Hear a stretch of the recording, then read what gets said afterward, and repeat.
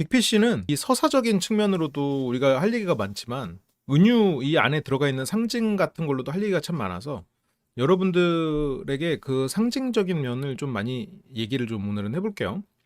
빅피쉬의 시작은 큰 물고기의 모습을 보여주면서 시작을 해요. 세상에 희한한 물고기들이 있다. 특별히 강하거나 빠르지도 않은데 절대 잡히지 않는 녀석들. 영화의 주인공은 아버지거든요. 아버지. 이완 맥그리거가 젊은 시절을 연기했고 그 아버지의 삶은 특별히 강하지도 그리고 빠른 그런 삶을 살지도 않았지만 누구에게도 잡히지 않는 자유로운 인간이었어. 저 물고기가 상징하는 게 주인공의 어떤 큰 꿈, 그리고 그 주인공 그 자체, 주인공이 어떻게 보면 한편으로는 욕망하는 어떤 것을 담고 있겠죠. 이미 전설이었고 100만 불짜리 미끼도 소용없고 라는 거는 어떤 더 큰 가치를 추구하는 존재라고 봐야겠지. 이 물고기에 대한 얘기를 쭉 하는 건데 머릿맡에서 아버지가 얘기를 해주고 있는 거야. 이 아버지가 이완 맥그리거야. 그러니까 이 영화가 두 가지 트랙으로 진행이 돼요. 일단 한 가지 트랙은 아버지의 인생, 또 하나는 아들이 지금 시한부 생명인 아버지 곁에서 이제 아버지와 화해하는 그 두 가지 트랙으로 진행이 돼요, 영화는. 그러니까 여기서 아버지가 젊었을 때부터 워낙 이야기를 재밌게 하고 이야기하는 거를 좋아하시는 분이. 그러니까 주변에 사람도 많고 인기도 되게 많고 이제 그런 분이에요. 그래서 여기서도 이제 아들 머리맡에서 야, 그 강에는 진짜 엄청나게 큰 물고기가 살아. 누구도 잡을 수 없고 어떤 미끼도 통하지 않는 뭐 특별히 빠르지도 않고 이런데 그런 물고기가 산단다. 라고 얘기를 해주고 있는 거야. 근데 그 물고기는 이 영화 전체를 관통하는 아버지의 삶을 보여주고 있죠. 그래서 네가 태어난 날 그 물고기를 잡았다. 그러니까 우리가 이제 결혼을 하고 아이를 낳는 그런 상황에서 어떤 인생에 내가 지금까지 추구해왔던 큰 가치, 그게 한편으로는 자유도 있거든요. 내가 인생에서 어떤 큰 가치를 계속 쫓다가 그 물고기를 잡기 위해서 내가 무엇을 희생해야 되는, 그게 그 미끼를 찾았대. 그 미끼는 손에 있는 금이었어. 아들 머리맡에서도 얘기해주고 애들 친구들 보이스카우트 가서도 얘기해주고 계속 여기저기 얘기해주는데 그 큰 물고기를 잡기 위해서는 이 손에 있는 이거야. 손에 이제 반지가 껴져 있는 거지. 금. 근데 실제로 어떤 금이 아니라 이거는 결혼 반지거든요. 그거는 내가 아이를 낳고 결혼을 하는 그런 과정에서 희생한, 그러니까 내 삶의 일종의 트레이드 오프지. 트레이드 오프. 내가 자유를 쫓고 내가 생각하는 추구하는 인생의 가치를 쫓는 삶이 하나가 있고, 또 하나는 그 자유를 강물에 풀어주고 내 것이 아님을 인정하고 내가 가정과 아이를 위해서 희생하는 삶. 그 두 가지의 얘기를 하고 있는 거죠.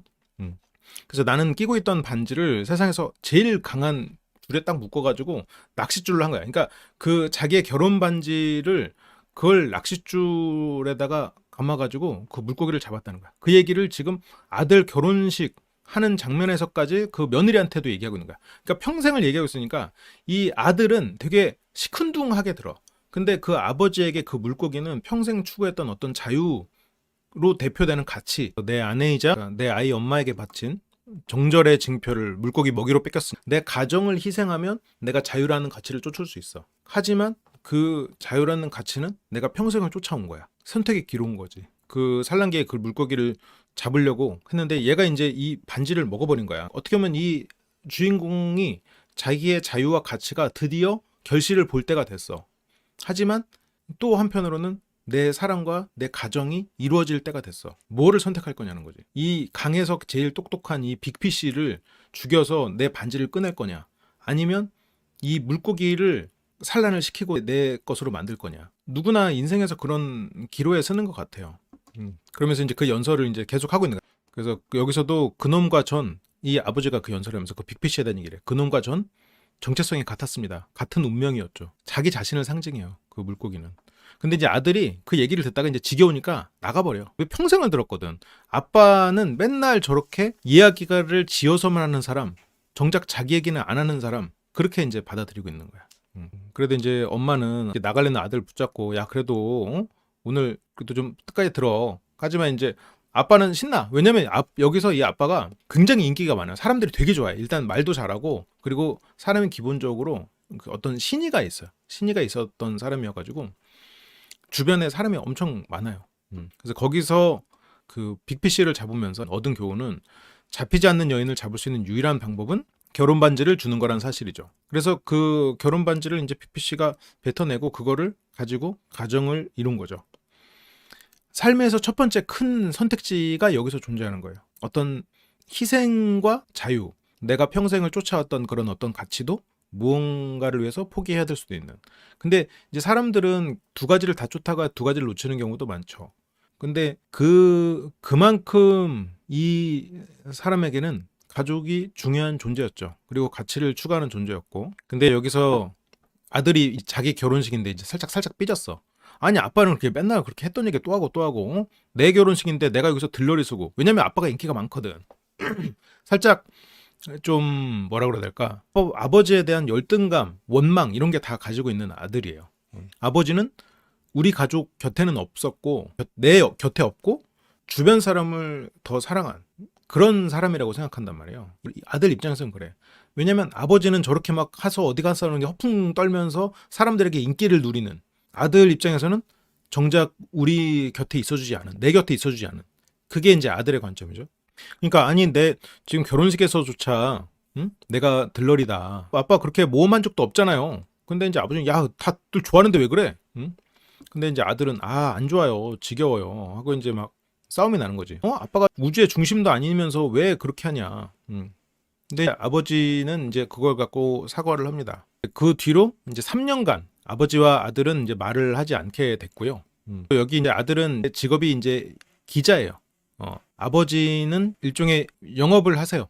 사람들에게 이야기를 들려주는 것도 좋아하고, 그리고 워낙 좋은 사교성으로 영업을 하시고, 아들은 이제 어머니의 편지를 받아서 3년간 서로 대화가 없는 상태에서 서로 잘하는 이방인 같다. 아들은 아버지와 나는 닮지 않았다. 그런 얘기를 하고, 그러면서 이제 최대한 아버지 방식대로 아버지의 인생을 다시 이야기해보겠다라고 하면서 아버지의 젊은 시절로 돌아가요. 그래서 아들 입장에서는 결코 일어난 적 없는 일이다 라고 밑밥을 깔면서 영화가 시작이 되는데, 실제로 이 영화 속에서 아버지는 그런 모험을 했죠. 여기서 그 아버지가 연설에서 했던 물고기를 잡는 장면이 실제 화면으로 나와요. 낚싯줄에 자기의 결혼 반지를 걸어서 그 빅피쉬를 잡는 데 성공을 합니다. 몸싸움을 해가지고 겨우겨우 잡아요. 메기가 반지를 뱉어내고 다시 자유를 찾아 떠나갑니다. 거기에 이 영화의 큰 주제가 있죠. 이 영화는 한 사람의 성장, 그리고 그 사람이 가족을 이루고 그 가족 안에서 또 다시 한번 성장을 하는 것, 아들이 아버지를 다른 방식으로 이해하고 그 과정에서 다시 한번 성장하는 것, 그런 것들이 있죠. 물고기 미끼로 썼던 반지를 다시 자기가 찾아서 끼우면서 물고기가 강으로 떠나간, 이제 그렇게 시작을 해요. 이 영화가 시간상으로 흘러가지 않아요. 근데 두 축에서는 시간상으로 흘러가거든요. 하나는 아버지와 아들의 이야기, 현재도 시간축으로 흘러가고, 아버지의 과거 인생 얘기도 시간축으로 흘러가는데, 이 장면만 좀 중간에 뜬금없이 나와요. 어떻게 보면 이 영화에서 가장 중요한 인생의 선택 부분이었지. 그러면서 이 다음 장면은 아버지의 탄생본으로 돌아갑니다. 좀 과장된 시작이에요. 이 이야기에는 과장이 있다라는 걸 보여주기 위해서 병원에서 이 아버지가 탄생하는 장면부터 보여줍니다. 그렇게 뭐 신기하게 태어났다라는 얘기를 하고요. 그리고 지금 이 영화에서의 아들은 결혼했잖아요. 3년 전에 결혼했잖아요.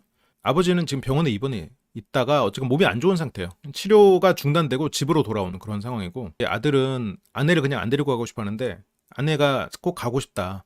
아버지를 이제 보러 가는 거죠. 이게 비행기를 타고 아버지를 보러 가는 거예요. 이제 며느리랑 아들이랑. 근데 이제 비행기에서 어떤 꼬마가, 비행기에서 불이 꺼져 있고 위에 이제 그 빛이 나오니까 애가 이제 그림자 장난을 하고 있는 거예요. 그러니까 이제 그 장면이 아버지가 어렸을 때 저렇게 이제 강아지를 만들어서 아들에게 또 이야기를 들려줬던 장면으로 돌아가요. 그래서 무슨 얘기를 해줄까?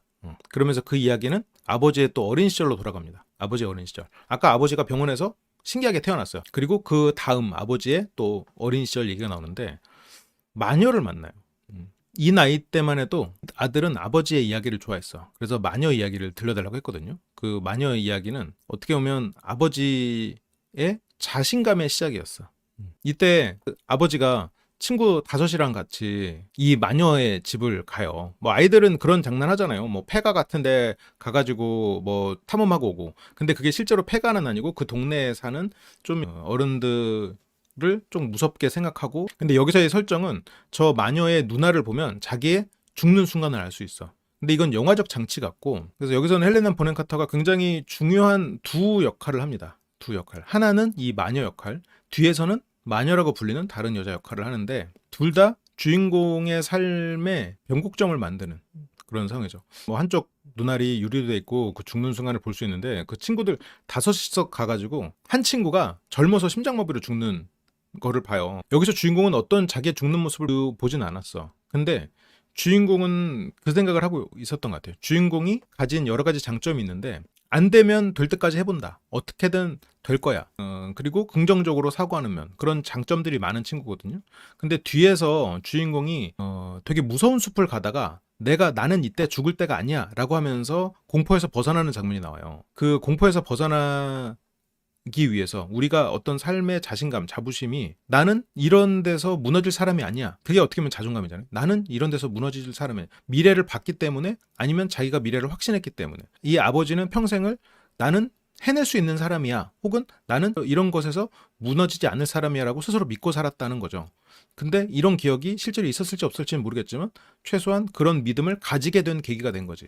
그러니까 이 할머니는 동네에서 무서운 분이었고 그리고 사람들이 꺼려 했지만 그 할머니를 통해서 나는 인생의 자신감을 얻었고 그 할머니가 야 너는 늙어서까지 절대 특별한 존재야 라는 거가 스스로에게 주입이 됐겠지. 그래서 우리가 이제 어린 시절에 세상의 중심은 나로 돌아가요. 나를 중심으로 세상은 돌아가는 시점이 있어. 그리고 그런 시기를 겪고 세상이랑 부딪히고 도전하고 성찰하면서 또 한 번 성장하는 거지. 시야가 넓어지는 거지. 처음부터 나는 아무것도 아니야 라는 존재로 세상에 나가진 않는단 말이에요. 그러니까 최소한 그런 믿음을 만들어주는 사람이죠. 그게 어떻게 보면 아버지가 좌절하지 않고 무엇이든 해내는 사람이 그렇게 노력하는 사람이 될 수 있었던 계기는 여기서는 마녀로 출발하지만 실제로는 마녀가 아니지. 마녀가 아니라 그런 자신감을 심어준 나는 특별한 존재라는 생각을 하게 된 그렇게 아버지의 이제 첫 번째 모험이었죠. 동네 아이들과 폐가에 가서 마녀를 만나고 오는 거. 여기서는 폐가 그리고 마녀라고 하지만 그 어떤 호기심의 원천은 나는 할 수 있어라는 생각. 그리고 다시 현실로 돌아와서 아들 내외는 아버지를 만나러 옵니다. 아버지가 살 수 있는 날은 그렇게 뭐 많이 남지 않았고요. 아버지 가서 먹게 하라고 이 통조림을 받아가지고 이제 2층으로 올라갑니다. 2층 벽에는 가족과 온통 아들에 대한 기억이 이게 아까 강에 빅피쉬를 놓아줬던 삶의 결과죠. 빅피쉬를 놓아줬기 때문에 이 벽에 이런 사진이 가득 찬 거지. 그렇게 아들은 자기로 가득 찬 계단을 보고 올라서 아버지 옆으로 옵니다. 그래서 아들이 이제 걱정을 해도 아버지는 나는 뭐 죽을 때가 안 됐으니까 걱정하지 말아도 된다. 그 마녀를 통해서 나는 뭐 이렇게 죽지 않는다. 그러니까 아들이 이제 그럼 어떻게 돌아가시는데요? 근데 이제 아버지는 깜짝 놀랄 거니까 안 가르쳐 줄 거야. 실은 아버지도 스스로 자신감의 원천으로 그런 믿음을 활용한 거지 실제로 미래를 보지는 않았겠죠. 나는 이렇게 죽을 운명이 아니야 라는 생각으로 수많은 고난을 이겨낸 거잖아요. 근데 아들은 아버지에 대해서 진짜 실상을 알고 싶다고 얘기해요. 아버지는 항상 거짓말만 한다고 하니까. 그러면서 이제 아버지는 나는 집 위에 있는 게 싫었다. 답답했거든. 이렇게 꼼짝 못하고 죽어가는 건 내 평생 최악의 일이야. 그러니까 아들은 이게 집에 항상 있기를 바랬던 아버지 그리웠고 어떻게 보면 아버지가 나를 방치했다라고 생각을 했겠죠. 근데 아버지의 삶을 보면 무일푼으로 시작해가지고 이제 큰 집을서 그걸 이뤘단 말이에요. 그 삶 속에서 자기의 사교성과 그런 이야기, 사람들과 친해지는 것, 그게 하나의 자원이 되었고 이제 그걸 통해서 살아왔고 그 삶에서 균형해서 항상 노력하면서 살았던 거죠. 근데 이제 아들 입장에서는 아버지는 집을 방치했던 사람이라고 생각하는 거죠. 아버지가 어떤 삶을 사는지 모르니까. 그래서 아버지는 자기의 삶은 자기의 죽음 마지막 순간은 특별하다. 믿어라라고 하고 있고요. 다시 아버지의 과거로 돌아가거든요. 이제 아버지의 과거 시점에서는 갑자기 뭐 교회에서 이렇게 노래 부르는데 막 몸이 막 자라요. 꼭 거기서 금붕어처럼 키가 2배, 3배로도 자랄 거다 이렇게 하면서 막 키가 자라는 장면이 나오는데 이 키가 자라는 장면의 상징은 실제로 물리적으로 키가 갑자기 컸다. 그것도 물론 당연히 있겠지만 이 아이가 집을 좁게 느끼기 시작했다야. 집이 감옥 같았다. 더 자유로운 세상을 갈망하기 시작했다. 라는 거를 상징하고 있죠. 이게 집에서 정말로 3년 동안 이렇게 갇혀서 묶여서 지내는 게 아니라 집에서 지내는 그 3년의 세월을 그렇게 느꼈다에 가깝죠. 그래서 이 주인공은 자유에 대한 갈망이 굉장히 크고 그리고 이때부터 그런 갈망이 그 기하급수적으로 늘어났고 그 과정에서 자기에 대한 믿음이 있었고 거인은 보통의 크기의 삶을 살 수 없거든. 그게 자기 자신에 대한 이야기입니다. 그 후로 이 아버지가 에드워드는 이제 뭐든 다 잘하던 그런 청년으로 나와요. 미식축구에서도 막 아주 엄청난 두각을 보이고 여기서 블룸 조경회사라고 해서 사업적으로도 성공해. 그 동네에서 농구도 막 그 거의 슬램덩크 마지막에 버저비터 하는 거 있잖아요. 막 그런 것도 해가지고 막 영웅으로 떠오르고 그런 존재야. 뭐든 할 수 있다는 자신감이 어려서 배양이 돼. 예를 들어서 뭐 한 10세, 5세에서 10세부터 그때 어떤 자율성 그리고 뭐든 할 수 있다는 자신감이 배양이 되고 그리고 거기서부터 청소년기에는 그거를 세상에 도전해보고 성취를 이루는 시기야. 불난집에서 개를 구출하는 장면도 있고 이 에드우드는 애쉬톤에서 가장 대단한 사람으로 성장해요. 그거는 우리가 어린 시절에 뭐든지 할 수 있을 것 같은 자신감과 그리고 내가 뭐를 해도 항상 칭찬받고 대단하다고 물론 모든 경우에 항상 그렇진 않지만 그런 과정이 있었던 것 그런 부분을 상징하죠. 그런데 거기에서 끝이 아니야. 그때 또 새로운 판타지가 시작돼요. 그런데 어느 날 이 마을에 거인이 나타나. 뭐 양들을 막 잡아먹고 그렇단 말이에요. 여기서 갑자기 거인이 왜 나왔을까? 청소년기를 지나서 마음속에 그림자가 들이우기 시작하는 거예요. 내가 컨트롤이 안 되는, 내가 외면하고 싶은 내 안에 어떤 폭력성, 어두움. 물론 이거를 역사적으로 경제 대공황 이런 걸로 풀 수도 있겠죠. 근데 우리는 오늘 심리적으로 보니까 융의 그 이론 중에 그림자 얘기를 지금 여기서 풀어나가고 있는 거예요. 그림자야. 거인이자 빅피쉬이자 그게 주인공 그 자체의 내면인데 그 내면에 모든 거를 다 잘할 수 있고 대단하다고 생각했던 그 그림자가 내면에서 자라나면서 그 그림자를 어떻게 통합시키느냐 그 관건이에요. 우리의 청소년기, 성인기 그 사이에서는 우리는 그런 시기를 거쳐요. 그 그림자가 나타난 거야. 이제 드디어. 그 전까지는 나는 대단한 사람이야. 나는 뭘 해도 돼. 라는 세상의 중심에 있던 아이가 어느 순간 마음에 그림자가 들이우기 시작해요. 원래 우리 내면에는 그런 게 자리 잡고 그 그림자를 이제 예를 들어서 외면할 거냐 아니면 뭐 마주할 거냐 아니면 없는 셈일 거냐 여러 가지 방법들이 있겠지. 여러분들 얘기해 주려고 여기 잠깐 정리해 놨어. 그림자가 융의 분석 심리학에서 나오는 개념으로 우리 마음속에 억눌리거나 숨겨진 또 다른 면, 나의 또 다른 면을 얘기해요. 우리가 사회적 규범이나 도덕적 기준에 따라 부정적, 비사회적 또는 받아들이기 힘든 성격을 억눌러 숨기게 되는 무의식적인 부분. 우리가 세상에 대한 부정적인 면, 비사회적인 면 이런 거를 그냥 숨기고 싶어해. 외면하고 싶어해. 없는 셈 치고 싶어해. 그래서 나는 실제로 화가 잘 나는데 난 화내는 사람 아니야 라고 스스로 속이고 화를 억누르면 그 감정은 그림자로 돌아가는 거지. 자신감 없는 사람이 나는 늘 강해 라고 꾸미면 자신감 없는 모습은 그림자가 되는 거지. 여기서 주인공은 나는 항상 모든 사람에게 친절하고 모든 사람과 잘 지내고 항상 밝은 사람이야 라고 하니까 마음속에 다른 사람 가까이에서 숨고 싶은 그 마음은 그림자로 자리 잡는 거지. 그게 거인의 모습이야. 그러면 그림자가 꼭 나쁜 거냐? 아니지. 이게 우리의 억눌린 어떤 창의성이나 욕망, 에너지가 포함되어 있기 때문에 이거는 그림자는 잘 활용하고 근데 이제 그림자를 내서 무시해버린다. 그러면 무의식에 억눌려서 더 강한 영향을 미치게 돼요. 지금은 그림자를 외면하고 무시하는 상태야. 거인을 마을에서 내쫓으려고 그래. 근데 거기에서 내 그림자를 아예 그냥 외면하고 얘를 쫓아내려고 그래.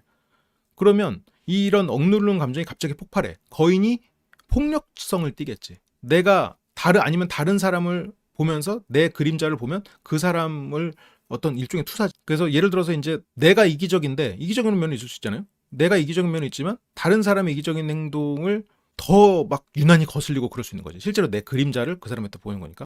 저 사람이 이기적이야. 그렇게 생각하지만 내 안에 있는 이기심을 투사한 거지. 그러면 이 그림자랑 어떻게 그러면 통합하냐. 이게 융이 그랬어요. 이 그림자를 직면하고 인정해야 그게 성장이라고.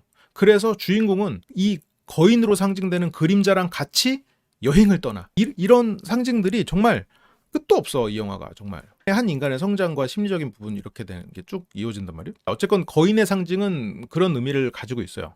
그래서 이 마을에서 막 사람들이 옥수수도 다 먹어치웠고 양도 죽였고 그래서 못 참아요. 그래서 막 총 들고 막 나오려고 그래. 그림자를 죽여버리려고 하는 거야. 그러면서 이제 대화는 해봤나요? 근데 대화할 수 없어. 괴물이라 대화할 수 없어. 어떤 내 내면의 그림자는 대화할 수 없는 괴물 같은 존재라고 생각하지. 예를 들어서 방금 그 이기적인 욕망, 성적인 욕망 그런 거를 외면해야 되거나 아니면 그런 거를 나쁜 것으로 해서 제거해야 되는 게 아니야. 걔랑 같이 가야지. 근데 여기서 주인공이 제가 가서 대화해보겠습니다 하고 제가 가가지고 여기를 떠나라고 할게요. 이 괴물이라고 불리는 거인을 만나러 가는 거야. 근데 만나러 갔는데 막 동물 뼈 막 이런 것들이 있어. 여기서 막 엄청 으스스한 동굴 속에 살고 있는 거예요. 이제 주인공이 이렇게 돌 같은 걸 던져보고 나오라고 하는데 거인이 꺼지라고 합니다. 처음에 이제 거인이 딱 등장했을 때 주인공이 돌을 머리에 던져요. 그러니까 주인공이 걔를 제거하고 폭력적으로 행동하려고 했던 거지. 그러면서 여기서 주인공이 그냥 먹어라. 내 몸 나 먹어요. 나 먹고 대신에 이 말 떠나요.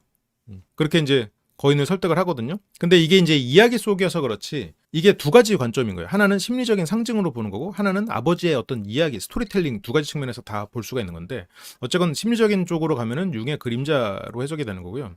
아버지의 스토리텔링은 실제로 이 거인은 굉장히 외롭고 한편으로는 사람들과 잘 어울리지 못하는 성격이 더러운 존재였겠지. 그래서 마을 사람들이 얘가 또 키도 크고 좀 이렇게 좀 삐뚤어져 있고 그러니까 괜히 무섭고 뭐 하나만 해도 자꾸 눈에 띄고 그러니까 마을에서 쫓아내려고 그랬는데 주인공은 그 친구가 좀 키가 큰 정도지 괜찮은 친구여서 그 친구에 대해서 손을 내민 거죠. 그러면서 이 거인하고 실제로 친구가 된 거고 이거는 이제 아버지 인생에서의 실제 이야기일 거고 이 상징은 이렇다는 거죠. 근데 이제 거인은 실제로 사람을 잡아먹는 것도 아니고 여기서 이제 거인이 나는 사람 안 잡아먹어 그냥 배가 고플 뿐이야. 그러니까 마을에서도 일하는 거나 이런 거에 비해서 이제 너무 많이 먹고 이러고 또 눈치도 없고 이러니까 마을 사람들이 그냥 쫓아내려고 하는데 주인공은 아예 뭐 그 정도인데 그 정도 가지고 쫓아내요 이러면서 거인을 설득한 거겠지. 우리가 이 그림자가 너무 무서우면 내 안에 욕망이 너무 커서 컨트롤이 안 된다고 생각하면 그 욕망에 잡아먹히거든. 예를 들어서 내가 이기적인 행동이 싫어서 억압했다가 어느 순간 나는 이기적인 존재구나 하면서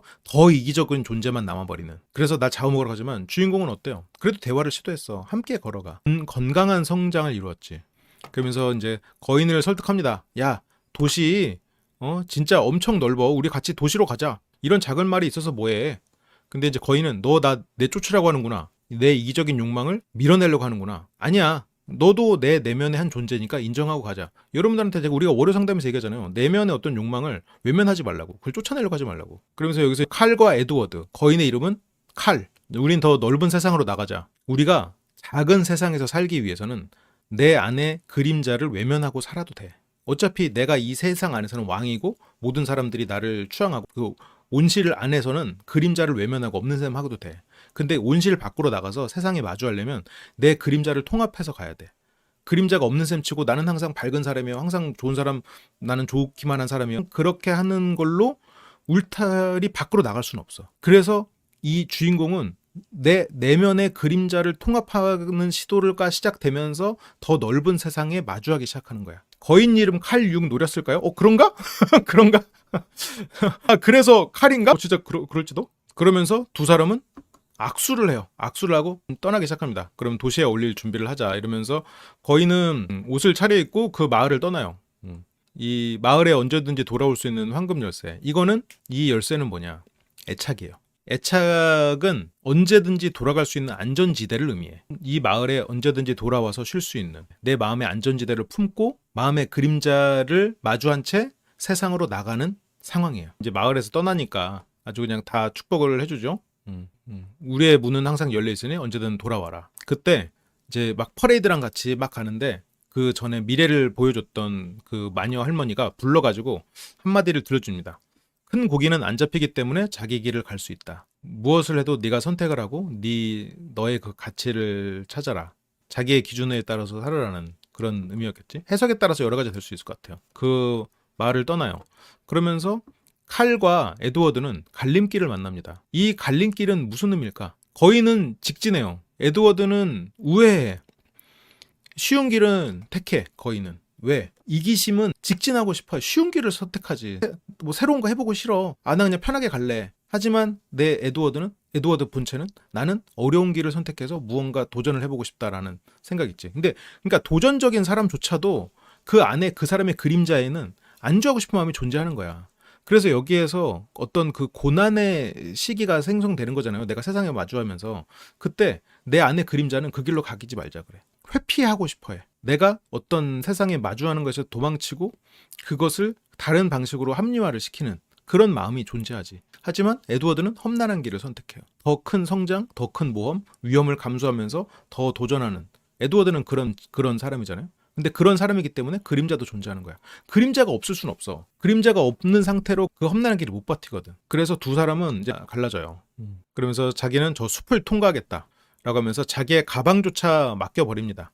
그래서 거인은 직진을 하고요. 에드워드는 숲으로 돌아가요. 그 숲에서 뭐 경고 문구도 있고 막 이런 곳을 지나서 가요. 근데 언제든 내 안전지대로 돌아갈 수 있는 목걸이, 그게 애착이야. 안정적인 애착을 지금 가지고 있는 거예요. 근데 저 숲은 어때? 아무도 없고 어둡고 한치 앞을 볼 수 없는, 어떻게 보면 우리 인생의 좌절과 불행 그 자체를 상징해. 어려서는 내가 뭐든 잘할 수 있는 세상의 중심 같았던 내가 세상에 진짜 마주하면서 내 안의 그림자를 통합하고 열심히 해보려고 하는데 눈앞이 안 보여. 앞이 깜깜해. 내 앞에 어떤 일이 벌어질지 모르겠고 내가 생각보다 그렇게 대단한 인간도 아닌 것 같아. 그러면서 좌절하고 가지고 있던 마음속의 안전지대조차 잃어버려. 그 과정을 이 숲에서 보여주고 있죠. 저 경고 문구에도 불구하고 이제 막 계속 가다가 뭐 거미줄도 지나서 도착을 하는데, 이 저때 애착을 잃진 않네. 저때도 아직 열쇠를 갖고 있네. 그런데 이렇게 막 어둡고 무서운 그 숲길을 지나서 도착한 마을이 여기입니다. 스펙터 마을인데, 유령 마을. 이 유령 마을이 굉장히 인상 깊은 곳 중에 하나인데, 예전에 어렸을 때 봤을 때는 그냥 뭐 사후세계를 갔다 왔나? 이렇게 생각했는데 그게 아니죠. 유령 마을이 의미하는 거는 현실을 외면한 안주를 의미합니다. 그래서 여기에 막 신발들 걸려 있잖아요. 신발이 없으면 어때? 신발이 없으면 움직일 수 없어요. 상징적인 의미로. 그래서 현실에 그냥 그대로 머물러 버리는 걸 의미하는 거야. 이게 예를 들어서 이게 아버지의 이야기로 돌아가면 그냥 영업하러 다니다 자기 마을을 떠나서 어쩌다가 만난 그냥 신세진 마을 정도겠지, 실제로는. 근데 이 사람들은 별 걱정 없이 살아가는 것처럼 보이는. 근데 또 흥미로운 게 뒤에서 에드워드가 이 마을을 나중에 봤을 때는 이 마을이 다른 모습으로 보여요. 내가 지금은 고통스럽고 고난이 있고 한치 앞을 모르겠는 깜깜한 세상을 살다가 어느 순간 내가 그냥 남들처럼 그냥 목표도 없이 그냥 현실에 안주하는 삶으로 살면, 그래 이렇게 살면 되지 뭐라고 생각하는, 어떻게 보면 절제가 없는 삶일 수도 있겠죠. 그런 삶으로 살면 그게 유토피아 같아. 근데 내가 진짜 열심히 사는 입장에서 그렇게 사는 삶을 보면 그건 돼지우리야, 시궁창이야. 그래서 이 스펙터, 이 유령 마을이 이때는 굉장히 유토피아처럼 보이는데 나중에 저 마을을 들렀을 때는 저기가 굉장히 무너져가는 폐허처럼 보이거든. 그게 보는 관점에 따라서 그렇게 되는 거예요.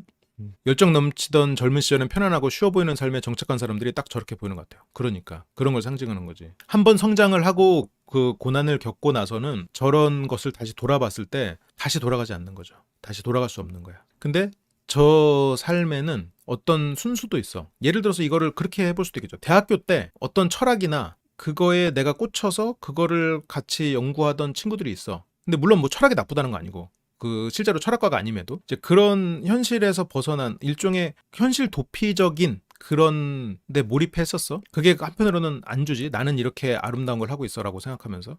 근데 실제로 내가 세상에 마주쳐서 내가 열심히 살다 보면 다시 그 시절을 돌이켜보면 아유 참 철없지 이렇게 생각된다고. 근데 여전히 그 시기에 머물러 있는 친구들을 보면 한편으로는 안타깝죠. 그래서 내가 걔네들한테 좀 만나면 술이라도 한잔 사고 이렇게 되는 거지. 에드워드는 그래서 나중에 이 마을에 도움을 주죠. 일종의 마음의 부채의식이야.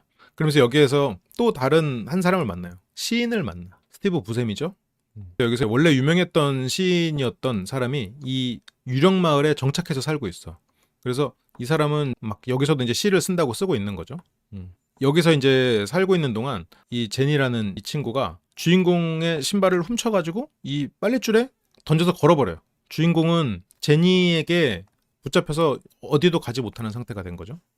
제니가 상징하는 거는 뭘까? 어떤 순수? 아니면 아이인 상태로 머무르고 싶은 그런 마음일까? 주인공도 맨발인 상태로 이 시인과 같이 강가에서 잠깐 얘기를 나누는데요. 12년간 시를 쓰고 있대. 팬들의 기대가 커요. 실망시키면 안 되지. 근데 우리가 이제 대학교 때 지금 생각해보면 겁먹던 친구들이었는데 그런 친구들이 있었지.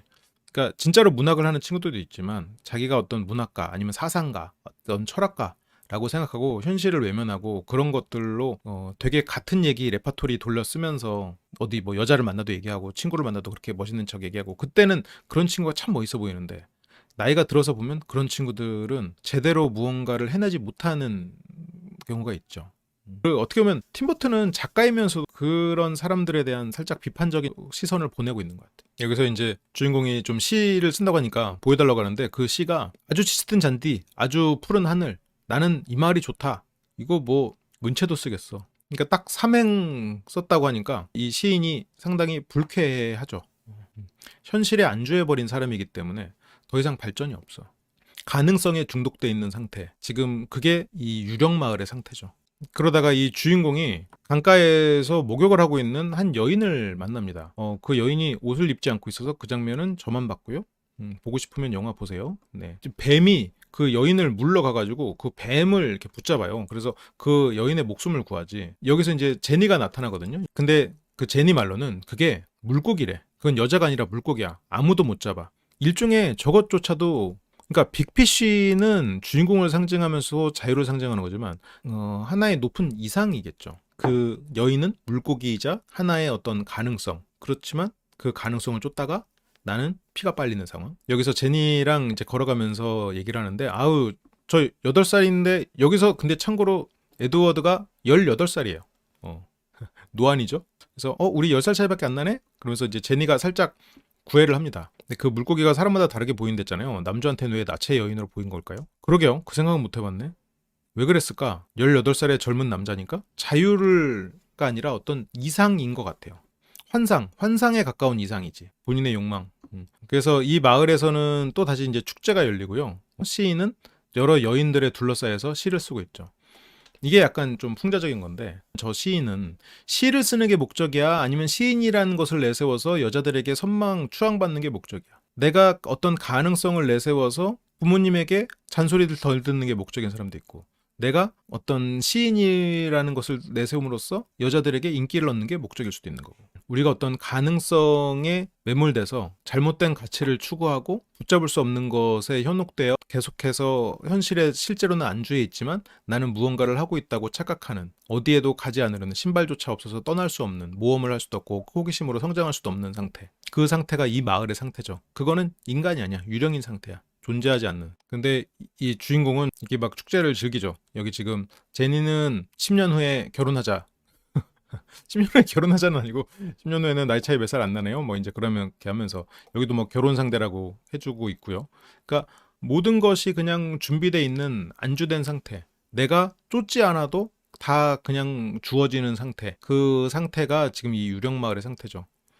근데 에드워드는 떠날 준비를 해요. 에드워드는 그냥 맨발로 여기를 떠나기를 상대해. 이 마을 사람들은 더 나은 곳 없다라고 말하지만 에드워드는 그냥 맨발로 그 숲으로 나가. 다시 그 고난의 숲으로. 제니가 돌아올 거라고 약속해달라고 하거든요. 근데 이제 약속할게. 언젠간 돌아와야 할 때 돌아오겠다. 그러니까 저게 우리의 어떤 순수의 기억, 철없을 때의 기억. 근데 그 철없을 때가 그냥 부정적인 것만은 아니지. 저런 시기를 겪을 수 있죠. 사람은 어떤 가능성의 상태. 그러면서 제니를 뒤로하고 에드워드는 다시 이제 숲으로 나갑니다. 그 자기를 보호해주는 사람이 없다는 것을 이제 온전히 받아들이고 있는 거지. 한 걸음 한 걸음 걸을 때마다 발이 너무 아파. 그 숲을 다시 맨발로 가야 되니까. 그리고 근데 이제 위험한 길은 어두울수록 더 나빠진다. 내가 절망적으로 길을 잃었다는 사실. 우리의 삶이 그렇죠. 어느 순간. 아까 뭐 가능성의 상태라고 했지만 고시 공부를 10년 하다가 이건 안 되겠다. 진짜 현실적으로 내가 노력하자라고 해서 당장 뭘 할 때 앞이 깜깜하지. 눈앞이 깜깜해. 그리고 예를 들어서 편의점 알바를 시작을 해도 뭐 잠깐 단기 알바를 한다고 해도 당장 손님이 와서 내가 뭐라고 말해야 될지도 모르겠어. 사람 마주치는 거 하나하나가 고통이야. 그 시기를 겪어내야 되는 거죠. 뭐 이건 그냥 비유적인 거예요. 그러면서 이때 나무들이 괴물처럼 하면서 에드워드를 막 올가매요. 그때 가슴에 있는 열쇠가 떨어져. 그 열쇠는 마음의 안전지대야. 그리고 저곳은 어떤 순수한 가능성의 상태, 그 순수를 벗어나고 현실에 마주치고 힘든 일을, 고난을 겪으면서 마음의 안전지대가 사라지는 거야. 근데 그거는 어딘가에 존재하고 있는 거지. 그걸 이제 다시 나이가 들어서 또 생각하고 돌이키면서 그게 다시 한번 내가 의지할 곳이 되는 거고. 나뭇가지를 막 올가매고 거기서 죽을 뻔했는데, 근데 거기서 에드워드가 난 이렇게 죽지 않아 라고 딱 한마디 하니까 나무들이 쭉 풀어주면서 거기서 벗어나. 우리가 월요 상담에서 하는 그 한마디들, 나는 이런 대우를 받을 가치가 있어, 나는 잘할 수 있어, 나는 뭐가 되는 사람이야, 그런 정말 그 한마디, 스스로를 믿는 마음, 그걸로 이 나무들 사이에 올가매져서 죽을 뻔하는 거에서도 벗어나지는 거지. 어느 순간 그래서 탁 풀어지면서 일어나요. 그래서 이제 그 숲을 벗어납니다. 고통스러운 숲, 앞이 보이지 않는 그런 상황에서 우리가 지탱할 수 있는 거는 마음의 안전지대, 그리고 나에 대한 믿음이야. 나는 여기서 죽을 사람이 아니라는 거지. 그렇게 하면서 이 마을을 벗어나 원래 헤어졌던 거인과 만나서 함께 갑니다. 거인이 오래 기다렸겠어요? 그렇게 이제 아버지의 모험이었고요. 다시 이야기는 또 현실로 돌아옵니다. 여기서도 이 아내가 어디 뭐 뉴스 기사 잘 썼다 뭐 이런 얘기 하니까 아버지는 거기에서 앵무새들이 콩고에서는 프랑스 말만 한단다 이러면서 믿기 힘든 그런 얘기들, 그런 농담들을 또 던지죠. 이제 이 아들은 아버지에 대해서 자꾸 허황된 얘기만 하고 좀 대화를 하고 싶은데 그게 안 되니까 이제 너무 힘든 거야. 근데 이 며느리는 시아버지 그런 얘기가 재밌어. 그러면서 이제 시아버지한테 찾아와서 또 이야기를 듣습니다. 근데 여기에서 아버지가 잠깐 농담 같은 말을 하는데 이건 그냥 농담일 수도 있어요. 뭐 나는 미래를 볼 수 있었는데 꿈에서 까마귀를 보면 돌아가셔. 그래서 우리 아버지가 돌아가시는 꿈을 꿨거든. 근데 예전에도 내가 그런 꿈을 꿔가지고 사람이 진짜 죽었단 말이야.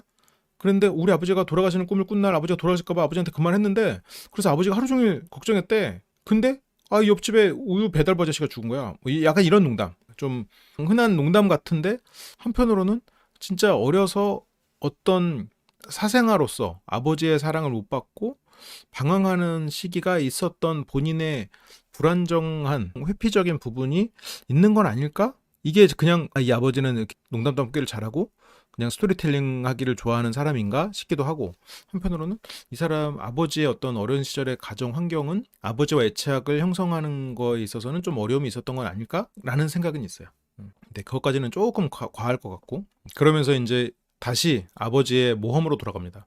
아버지는 그 다음에 서커스로 가요. 그 거인이랑 같이 다시 이제 도시로 가는 거야. 서커스는 뭐예요? 경이로움, 예측할 수 없는 고난을 지나 어떤 경이로움을 맞이하는 거죠. 세상이 이렇게 대단하구나. 세상엔 이런 일이 존재하는구나. 이제 정말로 세상을 마주하기 시작하는 거지. 내 그림자를 통합하고 세상에 마주하는. 그래서 이제 다양한 서커스들이 나오고요. 그 데니 드비토죠? 펭귄맨이죠. 서커스 단장을 만나 여기서 이제 친구 거인을 취직시켜 줍니다. 여기서 이제 서커스단에서 거인이라고 막 그 등장을 하는데 실제 거인이 있으니까 이게 뭐 상대가 안 되잖아요. 그 사람들이 막 야 저런 거인이 있어 이러면서 이제 서커스 단장도 야 저 쟤다 쟤. 야 진짜 인재를 만났다. 바로 스카웃이 돼요. 그러니까 그림자도 역할을 찾은 거야. 내 안에 그림자가 역할을 찾았다는 건 무슨 말이죠? 예를 들어서 이기적인 마음이라고 하면 내 안에 이기적인 마음이 내가 무언가를 해낼 때 원동력이 될 수 있어. 세상은 경이로운 곳이구나. 내가 생각했던 어떤 그냥 어둠만 존재하는 것도 아니고 그냥 안주하는 내 작은 우물만이 아니고 세상은 넓고 다양한 일이 있을 수 있고 그러면서 그 안에서 호기심을 가지고 그리고 내 안에 어떤 그림자조차도 역할이 있는 거지. 이기심도 역할이 있는 거고 성욕도 역할이 있는 거야. 그래서 걔가 무언가를 할 수 있는 존재가 되는 거지. 원동력이 되는 거지, 삶의 하나의. 그게 지금 여기서 거인의 취업이죠. 그러면서 여기서 이제 움파루파를 만나죠. 저 단장의 오른팔이고요. 주인공은 사랑하는 여인을 만나게 됩니다. 세상의 시간이 멈춘 시간을 건너 자기의 사랑하는 여인을 만나서 근데 이제 그 여자가 이제 누군지를 모르니까 뭐 이따가 더 등장하겠지만 반전으로 등장하는데 이 서커트 단장 아저씨가 늑대 인간이거든요. 그 늑대 인간이 비유하는 거는 저는 이제 그런 생각이 들어요. 우리가 나는 솔로를 보면서도 어떤 열등감 때문에 굉장히 공격적인 사람들이 있어. 발작 버튼이 심한 사람들이 있어. 근데 이 아저씨가 옆에 자기보다 더 작은 사람, 난쟁이잖아요. 그 난쟁이를 옆에 두은 것도 좀 그렇고 외롭고 열등감이 가득 차서 어느 순간 통제가 안 되는 발작 버튼이 존재하는 사람에게 같이 놀아줬더니 늑대 인간이 인간으로 돌아오더라. 그게 주인공은 가능한 사람인 거죠. 외롭고 열등감으로 인해서 공격적이고 발작 버튼이 있는 사람에게 손을 내밀고 그 사람과 함께 시간을 보냄으로써 그런 사람과도 친구가 될 수 있는 주인공이죠. 왜냐면 주인공은 안전지대도 있고 고난을 겪어왔고 자기의 그림자도 통합한 사람으로서 성숙한 존재니까 사회적 통합을 이뤄가는 거죠. 이제 주인공도 여기에서 서커스단에서 일하기 시작해요. 왜냐면 아까 만났던 여자 있잖아요. 옥순 씨를 다시 만나야 돼. 근데 누군지 몰라. 서커스 단장이 그 사람을 안다는 거예요. 야 잊어버려 모도를 나무야. 걔는 대학에도 갈 거고. 근데 지금 주인공은 아무것도 없이 무일푼으로 올라왔죠. 실제로는 시골 마을에서 올라와서 아무것도 가진 거 없는 사람이란 말이에요. 그러니까 이제 서커스 단장은 야 모도를 나무야 잃어버려. 너는 지금 계획도 없고 직업도 없고 걸친 놈 말고 아무것도 없는 놈이면 뭘 하겠다는 거야. 자네 연못에선 되어지만 밖에 나오면 빠져 죽을 거야. 그러니까 돌아가. 근데 저 그 여자랑 결혼해서 평생 같이 살 거예요. 그리고 단장님이 저한테 일 주시면 저도 직업이 생기는 거니까요. 아주 순진하죠. 결단력은 누구보다 뛰어나니까 여기서 굉장히 엄청난 딜을 합니다. 이게 단장이 굉장히 좀 탐욕스럽고 그런 사람으로 나오거든요. 조건은 한 달에 한 번 그 여자에 대한 정보를 줄 테니까 무일푼으로 일한다야. 완벽한 착취를 당하는 거죠. 어떤 사랑하는 사람의 마음을 얻기 위해서 내 삶 자체를 희생할 각오가 돼 있는 것. 주인공의 장점이죠.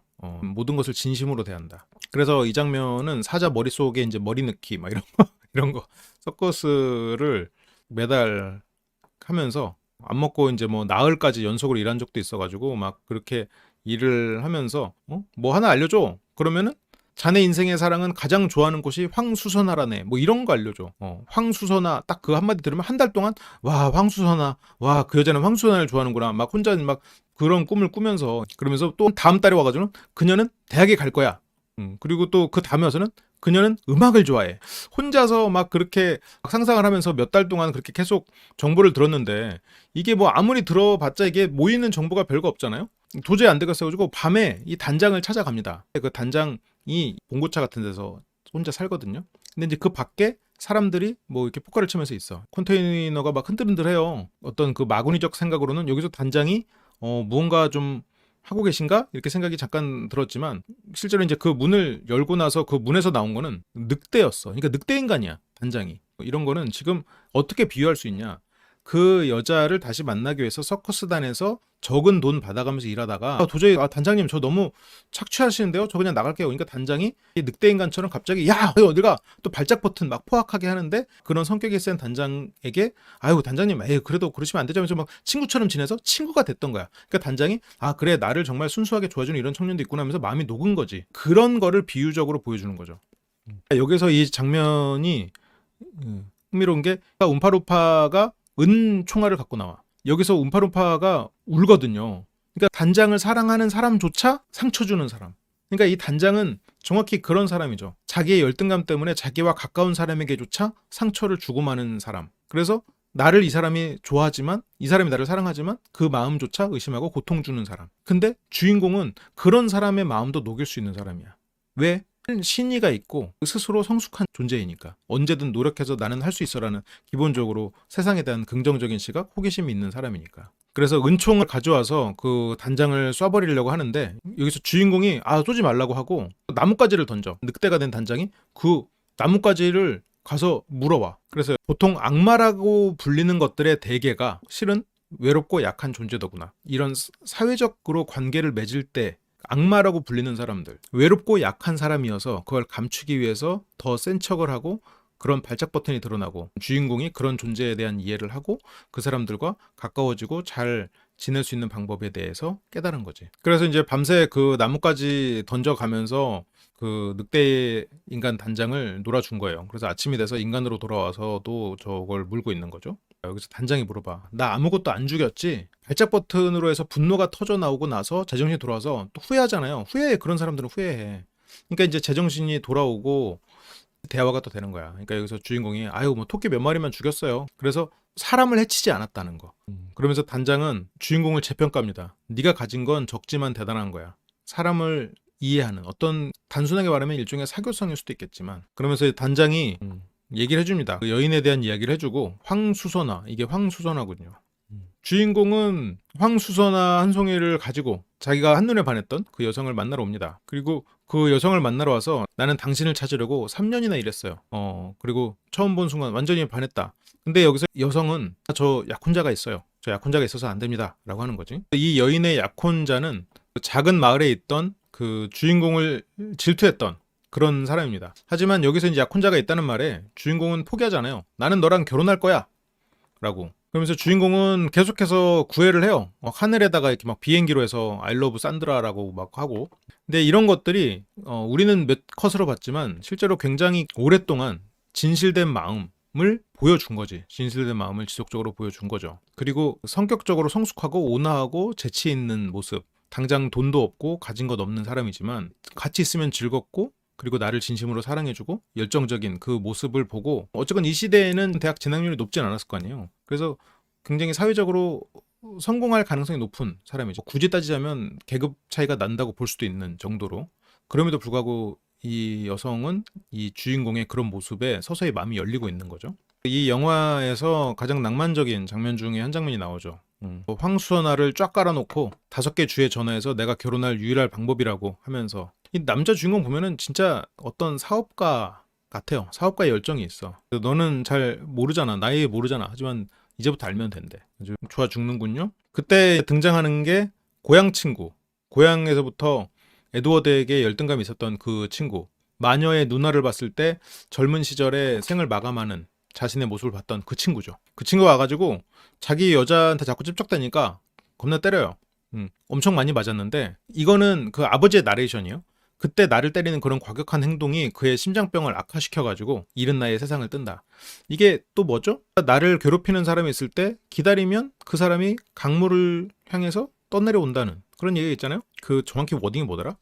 회사에서도 뭔가 이 맘에 안 들고 그런 사람이 있으면 그냥 오히려 그러라고 내버려 두면 어느 순간 찍혀 나가는. 원수가 있다면 강가에 앉아서 기다려라. 원수의 시체가 떠내려올 거다. 그쵸. 그치. 여기서는 영화적이고 아버지의 말에 의해서 됐기 때문에 내가 그 마을의 최고였고 얘는 나한테 열등감이 있었다 일 수 있지만 실제로 지금 보면 과연 그랬을까? 이게 현실이었다면 반대였을 가능성이 높죠. 이 남자가 주인공한테 그런 열등감 덩어리였을까 생각해보면 아니었을 가능성이 크죠. 그 작은 도시에서 큰 도시의 어떤 대학을 다니는 것을 봐도 그리고 아까 왔을 때 주변에 친구들이 우글우글 했었고 오히려 주인공에게 열등감을 가지지 않을 수 있던 사람이었지. 그리고 심지어 저런 여성과 약혼까지 돼 있는 집안도 크게 나쁘지 않은 그런 사람이었겠지. 어쨌든 영화적 상상과 이 아버지의 스토리텔링, MSG가 맞물려서 아버지가 뭐든 잘하는 대단한 사람이고 저 친구가 되게 못난 사람처럼 보이지만 실은 반대였을 가능성이 있겠죠. 그런데 여기에서 주인공이 가진 것도 없고 대학도 못 가고 뭐 갈 등록금도 없고 그렇지만 이 안에서 여유로운 모습으로 그 사랑을 보여주고 그리고 이 남자는 자기 잘난 맛을 사는 사람이었겠지. 우두머리니까 여기서 자존심이 상했겠지. 그러니까 이 여자 입장에서는 가진 거 없어도 나를 바라봐주고 나를 추앙해주는 이 남자 그리고 그게 일관되고 그리고 사람들과 사교성도 좋고 성숙한 그런 면에 끌렸겠지. 그렇게 해서 이제 계속 맡고 있으니까 여주인공이 야 반지 줄 테니까 꺼져. 이 원래 약혼자가 아니 이놈을 사랑하냐?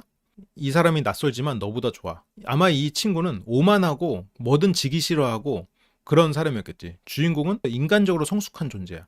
친구는 가진 게 많지만 성숙하지 않은 사람이야. 그래서 이 여자는 그 반지보다 이 사람의 마음을 택한 거죠. 이 원래 약혼녀는 그냥 가버리고요. 주인공은 수선한 꽃밭에서 결혼을 약속합니다. 그렇게 결혼을 했어요. 신랑이 이제 바뀐 거지. 다시 아버지 관점에서 이제 이야기로 흘러가는데 그 다음 또 모험이 기다리고 있어요. 여기서 이제 그 원래 약혼자에게 두드러 맞고 병원에 입원하고 있는데 이제 편지가 온 거예요. 그 편지가 입영 편지, 입대하라는 편지가 왔죠. 그래서 이 징집 명령서에서 이게 뭐 가능했던 시대인지는 모르겠는데 원래는 3년간 복무를 해야 되는데 1년 만에 전역을 하기 위해서 굉장히 위험한 임무를 맡았대요. 근데 뭐 저는 전혀 그렇지 않습니다만 군대 얘기에 대해서 다들 이렇게 좀 구라가 들어가잖아요. 그러니까 낙하산으로 침투를 해가지고 거기서 이제 비밀 문서를 빼오는 그런 장면이 나옵니다. 그래서 위험한 임무를 도맡아서 했고요. 그런 특수한 임무를 띄고 투입이 되는데 그 한 공연장에 낙하산을 타고 내려와요. 근데 공연을 하는 샴상동이 가수가 있어요. 허리 밑으로는 한 명이고 이 상체는 두 명인 그런 상태. 이것도 이제 MSG예요. 근데 이분들이 존재하긴 해. 실제로 이제 두 명인데 워낙 닮았고 이제 쌍둥이니까 이제 샴쌍둥이라는 이제 MSG가 들어간 거지. 근데 이제 이 주인공이 여기에서 그 설계도를 어쩌저쩌 훔치고 이게 중국인데 그러니까 한국말을 쓰는 또 사람들을 어찌어찌 물리치고요. 굉장한 액션이 있으니까 혹시 영화 한번 보시고요. 공연장 뒤 무대에 숨어드는데 그때 거기에서 야, 나는 이렇게 사랑하는 사람이 있다.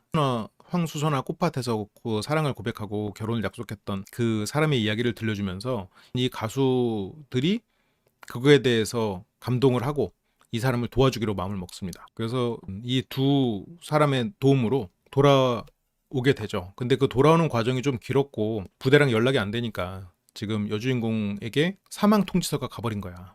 그래서 이렇게 좌절해 있었는데 그 후에 남자 주인공이 이제 도착을 한 거죠.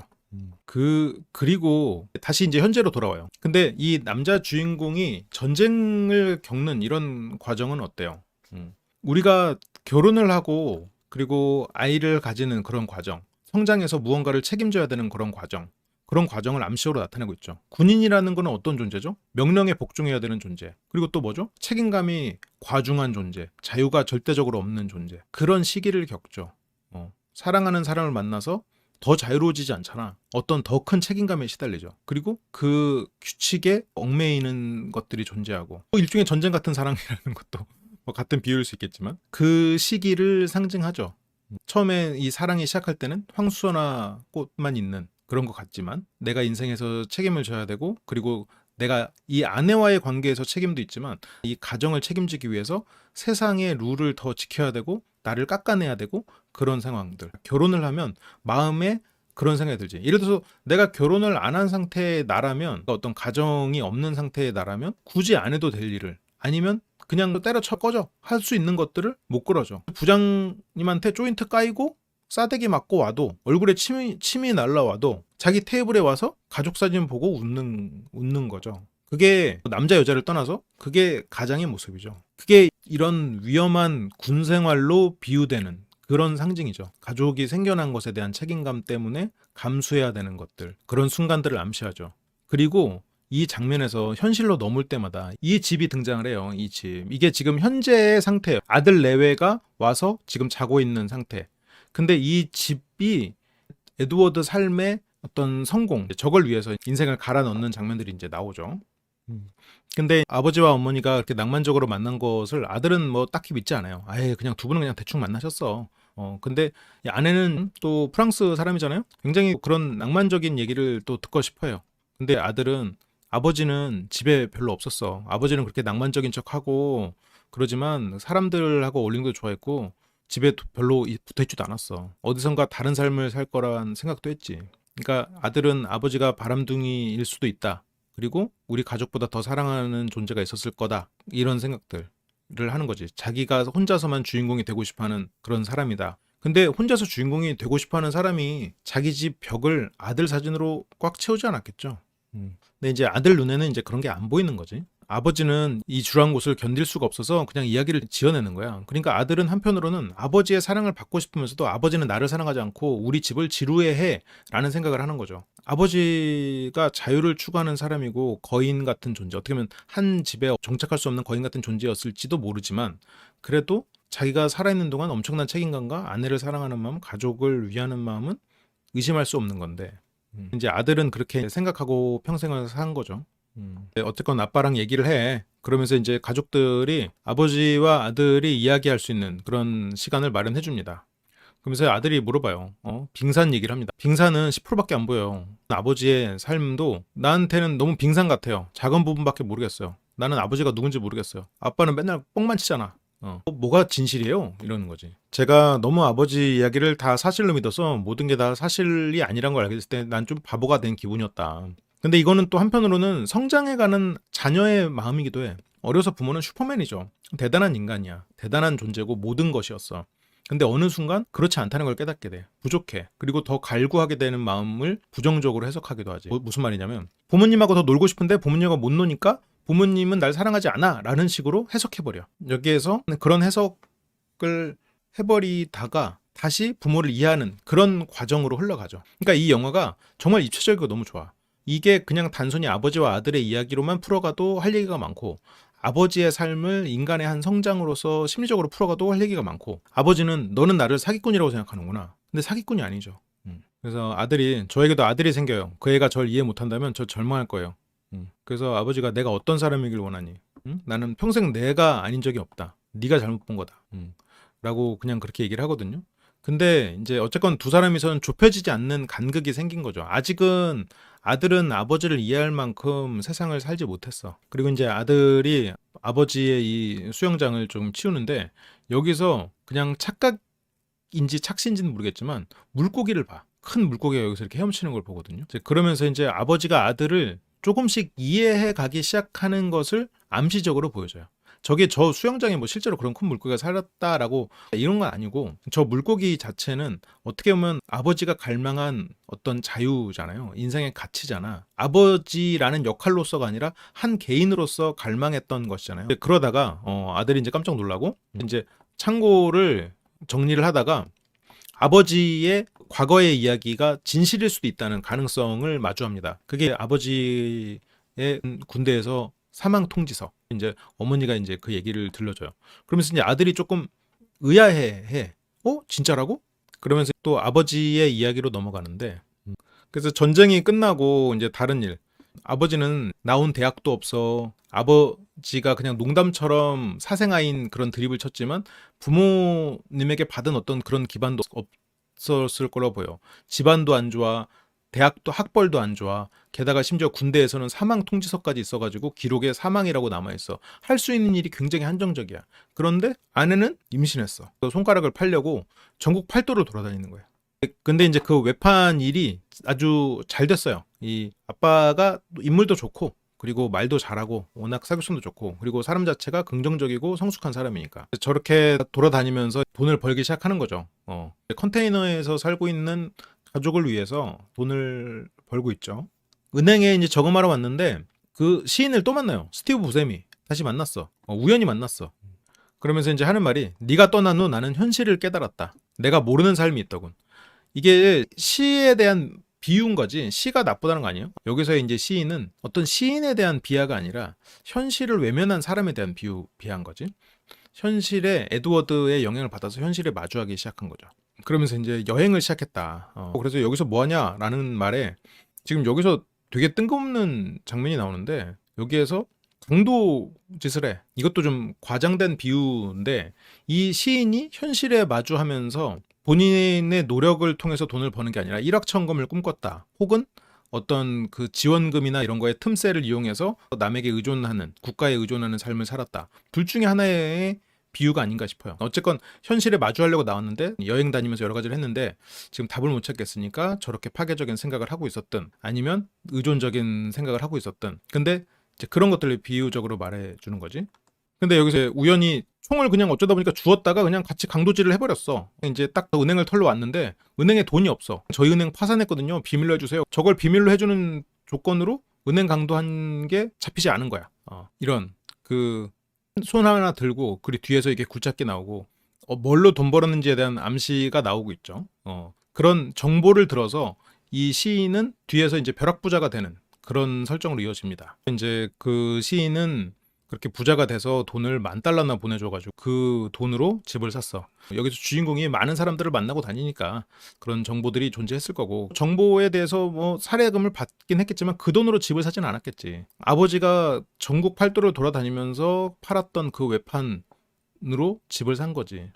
지금 그 아버지 부부가 여전히 살고 있는 그 집을 산 거예요. 근데 아까 정말 잠깐 지나가서 그렇지만 컨테이너에서 아무것도 없이 살다가 이렇게까지 올라왔다. 말 그대로 모든 시간을 갈아 넣었다고 봐야지. 그리고 이때 아이가 한 대여섯 살 정도 돼 보이거든요. 그러니까 한 5, 6년 만에. 그리고 다시 또 현실로 돌아옵니다. 현실 속에서 아버지는 그 물속에서 잠수를 했다가 올랐다 하는 그런 와중에 그 아내가 와가지고 그냥 이런저런 얘기를 해요. 물이 필요해. 그러면서 마치 물고기가 되는 것을 암시하는 것 같은 그런 장면이 나오죠.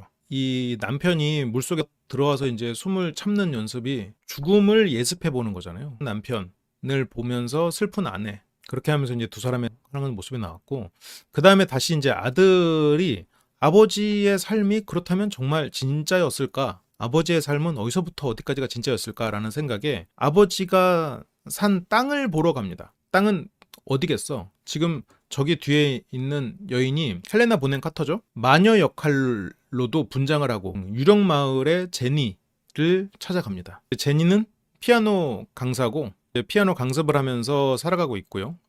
근데 아들이 딱 찾아오자마자 너 윌이군. 사진 봤지. 그래서 알아. 바로 물어봐요. 굉장히 공격적이야. 왜냐면 내 아버지의 불륜 상대였을 수 있거든. 아들을 생각했을 때는. 그래서 두 분이서 어떻게 만났어요? 근데 제니가 여기도 판매 지역 중에 그냥 하나였어. 그냥 모두가 알았어. 그러면서 이제 바로 불륜이셨나요? 그러니까 이제 제니도 야, 너 그렇게 직접적으로 말하더니 아주 야, 너 한 30분 돌리다가 말할 줄 알았는데. 물 한 모금 마시면서 그 대답을 살짝 회피하는데 근데 아들은 아버지가 어머니를 속였다고 생각한다. 불륜이었을 거라고 생각한다. 이제 그런 거지. 야, 너 그냥 니네 아빠한테 물어보지 왜 그랬냐? 근데 이제 지금 아버지는 죽어가시고 계세요. 라고 하니까 이제 제니는 그 말을 듣고 조금 더 이제 진지해져. 지금의 네 아버지를 부정할 필요 없다. 그러면서 이제 분명한 건 네 아버지는 여기 정착할 생각이 없었다. 니네 아버지가 여기에 2번 왔었는데 첫 번째는 너무 빨랐고 두 번째는 너무 늦었다. 첫 번째는 너무 빨랐던 이유는 안주할 때가 아니기 때문에 떠나갔지. 근데 이건 제니 입장에서 들어가면 제니가 그때는 8살이었어. 그래서 첫 번째 너무 빨랐지. 두 번째는 너무 늦었어. 왜냐면 제니는 이미 한 번에 결혼을 하고 그리고 주인공 에드워드는 다른 사랑하는 사람이 생긴 후였으니까. 너의 아빠는 이제 대단히 성공했어. 사교적인 사람이라 누구나 좋아했고. 근데 이제 어느 날 출장에서 돌아오는 길에 처음 보는 큰 폭우를 만났어. 근데 이게 인생에서 어떤 하나의 위기, 유혹 같은 거를 상징하는 것 같아요. 내가 오랫동안 잊고 있었던 어떤 순수의 기억, 그런 것들이 하나의 유혹으로 다가오는 거죠. 이 아빠가 과거에는 그 오토바이 타고 팔러 다니거든, 물건을. 근데 이제 차가 됐지. 집도 생기고 이제 정장까지 생기고, 그러면서 자기가 다시 그 예전에 가지고 있던 열정이나 이런 것들을 한편으로는 잃고 매너리즘에 빠져 있는 그런 시기를 상징할 수도 있겠죠. 이 폭우를 만나면서 물에 완전히 잠긴 장면이 나와요. 굉장히 과장된 장면이지. 그 물속에서 만난 한 여인. 그 여인이 뭐야? 난 그렇게 해석해 볼 수도 있을 것 같아요. 한 남자가 자기가 어떤 목적을 가지고 사랑하는 가족을 위해서 일만 하면서 달려왔는데, 어느 순간 아, 지금 내 삶이 이게 뭐지? 라고 하면서 공황 장애에 오거나, 아니면 막 갑자기 알 수 없는 그런 눈물이 터지거나, 과거의 기억들이 밀려오거나 하는 그 중년의 위기를 좀 보여주는 것 같아. 그래서 폭우 그 마음속에서 무너지는 감정, 그 질식사, 일종의 익사하는 거잖아요. 자동차가 물속에 갇혀버리니까. 그러면서 다시 과거의 이상을 돌이키고, 그리고 과거의 자신을 마주하는 그런 상황을 말하는 것 같아요. 그러면서 이때 그 마을에 들어와서 되게 중요한 장면이, 예전에 잃어버렸던 열쇠를 찾아 그 마음의 안전지대에 대한 기억을 떠올리고 다시 현실에 있어서 그런 매너리즘에서 벗어나는 그런 과정인 것 같아요. 일종의 회복의 과정이지. 그러면서 다시 유령 마을로 돌아오는데, 여기서 그런 대사가 나와. 사람은 시절에 따라 사물을 다르게 보지. 그러니까 이 마을이 변했다 라고 묘사하지 않고, 사람은 시절에 따라 사물을 다르게 보지 라고 해. 저 마을은 어땠죠? 순수를 간직한 채 가능성에 안주하던 시절을 뜻하죠. 하지만 그게 돌이켜서 중년의 현실에 마주하고, 그 시절은 정말 아무것도 안 했던 그런 상황으로 돌아보게 되는 거죠. 그래서 나이 든 아버지 눈엔 여기도 달라 보였어. 새로운 길이 마을과 외부를 연결시켰고, 마을 전체가 파산해버렸다. 그때 에드워드가 사람들을 설득해가지고 저 마을을 사버려요. 부자는 아니었지만 자기가 부자로 만들어준 사람에게 도움을 요청했죠. 그게 이제 아까 봤던 뭐 이 시인도 있었고요. 부자가 된 시인에게도 돈을 받아가지고 그 마을을 삽니다. 과거의 나의 어떤 가능성과 그 시절의 순수도 죽여서는 안 된다는 얘기야. 그 시절에 머물러 버리면 나는 폐허가 되지만, 그 가능성이 죽어버리면 나는 익사하는 거지. 의미 없는 존재가 되는 거야. 그래서 마을을 되살리기 위해서 노력을 합니다. 마을 전체를 다 샀는데 마지막으로 집을 살려고 하는 곳이 이제 여기죠. 집이 삐뚤어져 있어. 삐뚤어진 집에 사는 제니. 나는 이 장면도 되게 흥미로운데, 제니의 집이 이렇게 삐뚤어져 있어요. 이 삐뚤어진 집에서 나가려고 하는데 삐뚤어져 있으니까 문이 잘 안 열려. 집이 삐뚤어진 이유야 그 집에 들어왔다가 나가려고 하는데 나가세요 해서 쫓겨나는 상황인데 문이 안 열리는 상황. 뭘까? 생각해봐. 그 장면 이따 뒤에서 설명해 줄게요. 그래서 집에서 제니는 피아노를 치고 있는 거죠. 제니는 여기는 아무도 안 오는 곳인데 어떻게 오셨죠?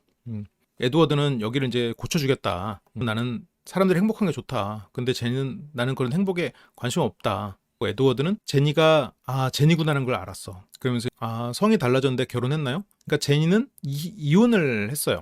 나는 18, 그는 28이었죠. 그건 큰 차이더라고요. 그 어려서 어떤 그런 순수했던 마음으로 결혼했는데 이혼으로 이어지고 다시 혼자가 됐으니 굉장히 외롭고 상처받은 존재겠지. 외롭고 상처받은 존재로서 기울어진 집, 삐뚤어진 집에서 살고 있어. 그렇다면 지금 제니의 내면이 삐뚤어져 있어. 뒤틀려 있어. 여기서도 에드워드가 이 집을 사겠다고 하는데도 그 되게 공격적으로 나가거든요. 그 이유는 누가 내 집에 들어오면 내가 또 상처가 될까봐 성벽을 높여놔. 외롭고 상처받은 사람은 성벽이 높아. 근데 거기를 한번 들어가면 또 완전히 열려. 다시 그 사람에게 모든 걸 다 주려고 그래. 막상 그 사람이 나가려면 나가지 마, 잡아. 동떨어진 섬에 있는 삶, 성벽이 높은 성 속의 삶. 지금 제니가 그런 상태야. 기울어진 집, 삐뚤어진 마음, 일그러진 마음, 상처가 많아서 혼란형이 된 상태. 그래서 에드워드가 오는 거를 밀어내지만 정작 자기 집에 들어온 에드워드는 못 나가게 하고 싶어. 그게 지금 제니의 상태죠. 문을 나서는데 문이 삐뚤어져서 안 열리는 거야. 그래서 문을 열려다가 문을 뜯어내버려. 그래서 제니가 세상과 마주할 기회를 주는 거야. 저게 이제 문을 뜯어내는 게 마치 이제 부신 것처럼 삐뚤어진 집에서 제니가 나올 수 있게 세상과 만날 수 있는 문을 열어준 거야. 성벽을 부셔준 거야, 실은. 근데 그러면서 그 성벽을 부시면서 동시에 거인의 도움을 통해서 그 집을 바로 세워줘. 이게 굉장히 상징적이죠. 에드워드가 제니에게 좋은 친구로서 제니의 마음을 바로 세워줬다는 걸 상징하지. 또 거인이 저기에 개입됐다는 거는 저게 에드워드가 가진 그 내면의 그림자나 이런 것들이 제니가 그런 것들을 마주하면서 자기의 내면에도 마주할 수 있었고, 에드워드도 불완전한 인간임을 보면서 제니도 어떤 에드워드를 통해서 자기의 회복의 기회를 얻었다라고까지도 뭐 생각할 수 있겠지. 제니 입장에서는 자기를 그냥 다들 버렸고 모두가 배신했다고 생각했지만, 에드워드는 영화적 서사로만 봐도 거인의 힘을 빌어서 그 집을 바로 세워줬어. 이제 에드워드는 이야기하는 것도 좋아하고 이러니까 많은 이야기도 해주고, 제니가 다시 밝아지죠. 마치 저 바로 선 집처럼 저 집을 다시 칠해줍니다. 밝고 그런 집이 돼요. 제니는 그 혼란형 애착에서 다시 안정적인 상태로 거듭날 수 있었죠. 이게 어떤 면에서는 중년의 위기를 이겨내기 위한, 우리가 이제 계속 일을 하다 보면 처음에는 그 일이 어떤 가치가 있고 그 일을 통해서 일이 즐겁고 가족을 위해서 하고 여러 가지 의미가 있지만, 그냥 나중에는 내가 왜 사나? 그런 생각이 폭풍처럼 밀려오죠. 파도처럼 밀려오지. 거기에 잠기고, 그리고 다시 옛날에 나 이래서 했는데, 과거의 어떤 열정을 되살리기 위해서 옛날에 가졌던 취미를 기웃거리기도 하고, 옛날에 만났던 사람을 다시 만나는 방식으로 풀기도 하고, 그게 어떻게 보면 뭐 중년의 위기의 일탈이라고 할 수 있지. 어이구, 이런 장면이 갑자기 나와서 좀 그런데, 그 에드워드가 제니의 집을 손수 이제 마지막 막 수리를 하면서 막 이런저런 얘기를 해줘요. 그러면서 자기가 걸어놨던 모자를 이제 딱 쓰고 이제 집을 나가려고 하는데, 제니가 키스를 하려고 합니다. 그때 에드워드가 안 돼요 하고 거절해. 제니한테, 나한테 여자는 오직 한 사람뿐이다. 아내밖에 없다. 이제 미안해. 제니야 미안하다 하고 가요. 그렇게 떠나는 에드워드에게 집을 판다는 증서를 주고, 에드워드는 이 동네 매입에 성공을 하죠. 그렇게 이제 제니를 떠났고 다시 돌아오지 않았습니다. 그 동네를 에드워드가 떠나죠. 나는 옛날에 이 장면을 봤을 때는 나는 제니가 불쌍하기만 했거든요. 근데 다시 나이 들어서 보니까 조금 다르게 보이더라고요. 이 집이 이렇게 변해. 아까 이렇게 밝았던 그 집이 점차 에드워드가 떠난 후로 다시 마치 마녀의 집처럼 변해가죠. 이건 뭘 의미할까? 스스로 보살피지 않았다는 얘기죠, 제니는. 그 에드워드가 이 사람의 마음을 바로 세워주고 다시 밝게 해줬지만, 혼자가 된 제니는 스스로의 힘으로 그걸 유지하지 못했다는 얘기죠. 남이 지어준 집이니까 자기 스스로 그걸 이겨내지 않았기 때문에 회복이 영원하지 않았다는 거지. 그러면서 다시 아들과 얘기를 하는데요. 여기서 제니는 니네 아버지는 니네 엄마 아니면 다 그냥 나머지 뿐이었어. 그러면서 제니가 자기 마음을 고백해요. 내 사랑은 절대 돌려받지 못할 사랑이라는 걸 깨달았다. 그 말은 나는 네 아버지 사랑한 거 맞아. 근데 네 아버지는 선을 지켰던 사람이야. 라는 얘기를 해주고 있는 거죠. 그냥 꿈을 꾸는 거였다. 내가 이런 얘기까지 하다니, 이 어린 놈의 새끼한테 내가 지금 내가 짝사랑 얘기를 해야 되겠냐? 그러면서 제니가 그 말을 해요. 나도 그 사람한테 너 같은 존재가 되고 싶었지만 그냥 그게 불가능했단다. 그의 삶에서는 네가 진짜였어. 아들아, 네가 진짜였단다. 그렇게 이제 아들이 집에 돌아왔는데요. 아무도 없어. 왜냐면 아버지는 병원에 입원했기 때문이죠. 그래서 병원에 찾아오니까 아버지는 이제 굉장히 위독한 상황이 돼 있는 거죠. 어머니는 아버지 손에 키스를 하고, 아들은 아버지에 대해서 이제 이해를 조금씩 해나갑니다. 아버지의 삶을 다시 바라보게 되고요. 입체적으로 부모의 삶을 보게 되는 거죠.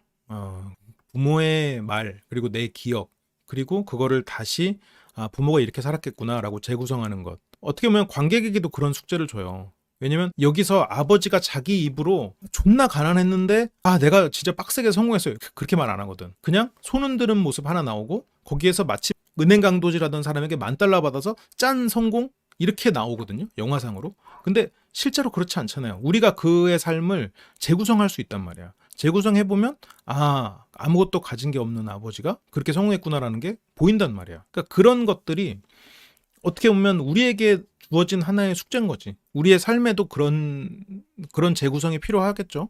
그러면서 아들에게 나의 죽음이 어떻게 되는지 들려달라고 그래요. 그러니까 아들은 지금까지 자기가 평생 너무 싫어했던 아버지의 스토리텔링을 여기서 만들어가기 시작합니다. 아들의 스토리에서는 아버지랑 같이 강으로 달려가요. 막 경찰들의 추격도 막 물리치고 완전히 막 모험을 해요.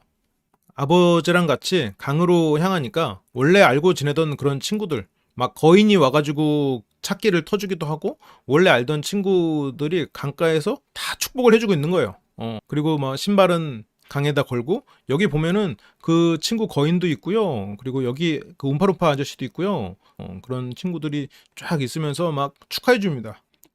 아내가 신발을 받는군요. 여기서 묘사를 하거든요. 그저 만난 걸 기뻐하면서 누구도 슬퍼하지 않았다. 이게 빅피쉬가 굉장히 그 인생을 담고 있는 영화죠.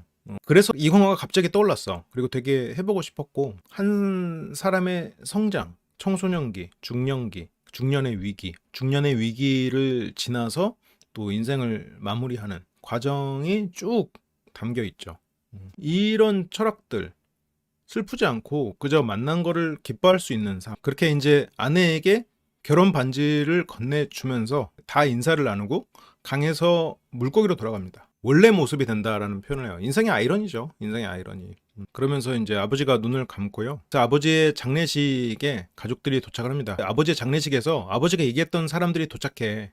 그 서커스단 단장. 실제로 늑대 인간은 아니겠지. 성격이 과격하고 외로움이 많고 열등감이 있는 사람이었겠지. 그리고 여기 이제 모인 사람들 보면 그 거인 아저씨도 있고. 근데 막 그 글에서 묘사된 것처럼 막 3m, 5m짜리 그런 거인은 아니고 사람보다 머리 하나가 더 있는 정도의 사람. 그러니까 MSG는 있었지만 거짓이 있던 사람은 아니지. 기본적으로 재밌지만 신뢰가 있는 사람이었어. 그리고 그 쌍둥이 여인 둘 중에 한 명은 이 스티브 부센 시인하고 좀 부부 관계인 것 같아요. 확실하진 않아요. 그리고 아마 이 사람들이 만난 거에는 에드워드가 소개팅을 시켜준 게 아닌가 뭐 그런 생각이 좀 들고요. 그래서 자기 이름을 위하여 의의 길로 인도하시는, 의의 길은 한편으로는 의지의 길이고 의지는 아들의 이름이랑 또 같죠. 나의 평생의 선함과 인자함이 따를지어니. 그렇게 이제 아버지의 장례식을 끝으로 다시 그 다음 세대의 이야기로 넘어갑니다. 여기서 이제 아이들이 우리 할아버지 이랬지 이랬지 그런 얘기들을 막 주고받아요. 그래서 막 그 거인 얘기를 아이들이 주고받고, 그리고 물속에서 빅피쉬가 헤엄치는 그런 이야기들로 영화는 끝이 납니다.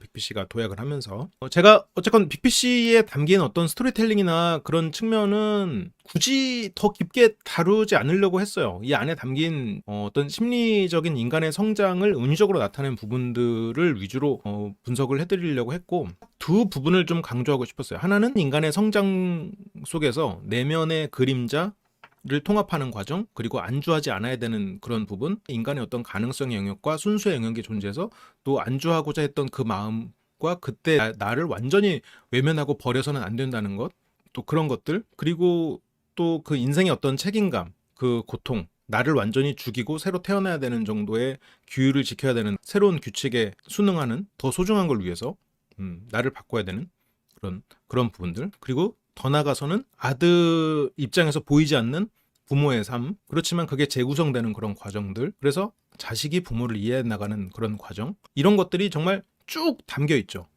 어떻게 보면 해피엔딩일 수 있죠. 그래서 이 안에서 남긴 어떤 다양한 상징들도 참 흥미롭고요. 부모와 자식이 새롭게 서로의 생각을 재구성하면서 하나가 되는 것, 그리고 아버지의 삶 속에서 그것이 이제 마무리되고 웃으면서 떠나가는 그런 것들이 참 아름답고 깊이 있는 영화였죠.